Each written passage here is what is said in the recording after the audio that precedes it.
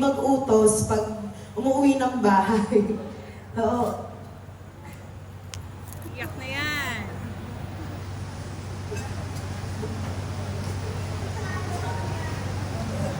Hindi kasi kami masyadong ni Kuya. Mapagsabi na bahal namin yung isa't isa kasi. Pero sa totoo lang, idol ko si Kuya. Kasi, basta, basta mahal na mahal ko yung kapatid ko. Ngayon ka lang mo nasabi to sa harap ng maraming tao kasi dalawa na kami. Ayan, ito na babasahin ko na yung message ko para sa inyo. Unang-una, gusto ko lang sabihin kung gaano po ako kasaya na nandito po ako sa ngayon to witness this special moment.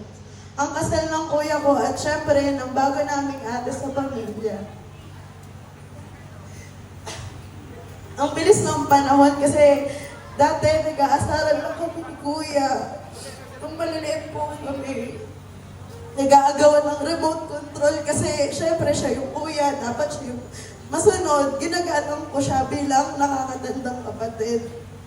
Nagtuturuan kung sino yung maghuhugas ng pinggan, tapos sisigawan ni mami, papagalitan ni papa, kasi dinidisiplina nila kami habang maliit pa kami.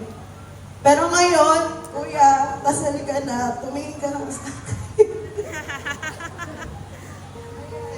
Kuya, we've seen you in your best and worst days. And today, nakikita kita in one of your happiest moments. And I couldn't be more proud.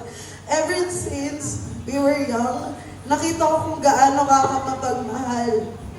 Pero now, I'm proud to see na you found someone na kayang patayin yung pagmamahal mo. Nakita ko na iba ka na. Kasi yung changes sa'yo, mas masaya ka na, mas focused, mas inspired, and she brings out the best in you. Si ate, you weren't just my brother. Ikaw yung sumbungan ko kapag nag-aaway kami ni Mami. Laging warla sa bahay. Pero minsan, di ko na sinasabi kasi alam ko, may problema din si Kuya na hindi niya din matasabi sa amin. Minsan, kakampi ko din. Pero minsan, palagi pala, nung bata kami, lagi kami nag-aaway. Minsan, binibigyan na kami ng kutsilyo nila lola, nila mami, ito magsaksakan kayo para matapos na yung away nyo. Palagi pong ganun yung senaryo sa bahay. Kasi hindi po namin naiintindihan na bakit mamahalan kami. Magkapatid lang kami. Pero nung habang lumalaki na kami ni Kuya, nakagraduate na kami ng high school, college, nagkatrabaho. Laging kaming sinasabihan nila mami na magmahalan kayo kasi dadalawa lang po kami ni Kuya magkapatid.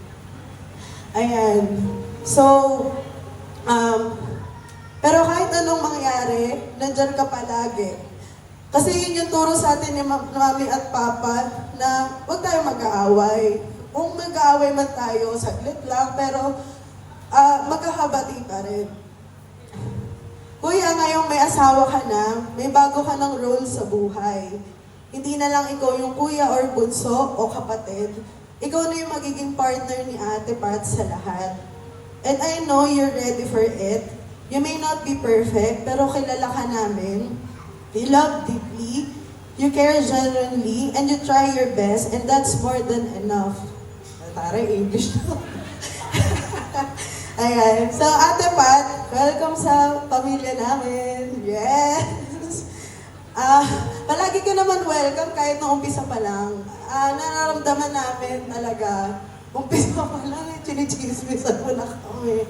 Ayan. So, alam kong hindi kami perfect, medyo makulit, mahilig mang chismis, pero buong puso ka namin tinatanggap. And for the first time we met you, ramdam ko na agad, ramdam naming lahat ng mga tsuhin at tsahin na sumama nung nasa Baguio, ramdam namin na ikaw talaga yung para kay Kuya. O baka may hindi pa nakakwento si Kuyang nagdaang girl. Ayan, so sobrang ganang loob namin sa'yo. Alam mo ate, dati nakikiate lang ako sa mga pinsan ko. Kasi gusto ko magka-ate talaga, promise. Sabi ko sana, magka-ate na ako, kahit di ka ako galing kay kuya. Pero binigyan niya ako ng ate na sobrang bait. Lagi nagbibigay ng advice. Ano kayo, witness kayo sa lahat ng mga iyak moments ko noon. Lagi ko kayo sinusumbangan ni kuya. Kaya, lagi ako nagpapasalamat na may ate ko ngayon. Kahit sa mga pinsan ko, mga ate ko. Pero syempre, iba yung sa kasi lagi ka namin kasama. Ayan. Ayan, you're kind, smart, funny, and most of all, you make him happy, si Kuya. And that means a lot to all of us. And excited na ako mas makilala ka pa, mas makabanding, and to build more memories together as friends, as sisters, and at bilang pamilya. Pero ang nilulook forward ko talaga ay yung makachismisan ka kapag umuuwi. Kayo ni Kuyas ng Bulacan at paglalaro natin sa iPad. Minsan talagang nakikita na po yung pag-uugali ni ate na ayaw po tinatalo. Talagang nilalaban po niya ang lahat kahit sa simpleng game lang po. Sobra. Ayan. So, ayun, minsan po, minamessage ko na po yung kapatid ko na si ate Pat ba uuwi? Hindi ko na siya tinatanong kung kailan siya uuwi, si ate na mismo. Yung gusto ko ba kasama na. Kasi talagang sabik ako sa ate. Kaya, nung bata pa ako, laging nandun ako sa kapitbahay namin. Lagi po ako doon nagpapaalaga sa mga ate ko. Doon po ako pinapakain. Kaya ayun.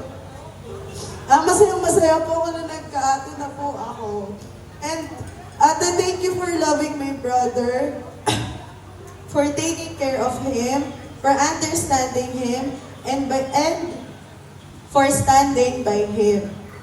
Just remember this. Talagang ako pa nag-advise. Ayan, marriage isn't always being happy 24/7. It's about choosing each other even on the days when it's hard. It's about showing up, pagod ka man, tahimik man o walang gana, but you still show up for each other. And whenever life gets tough, balikan nyo lang tong araw na to, yung feeling ng kasiyahan ng pagmamahal at pangako. Kasi ito yung araw na pinili nyo yung isa't isa sa harap ng pamilya natin, sa mga friends natin, at ng Diyos. So, congratulations, and I wish you both all the happiness in the world. Ladies and gentlemen, that's the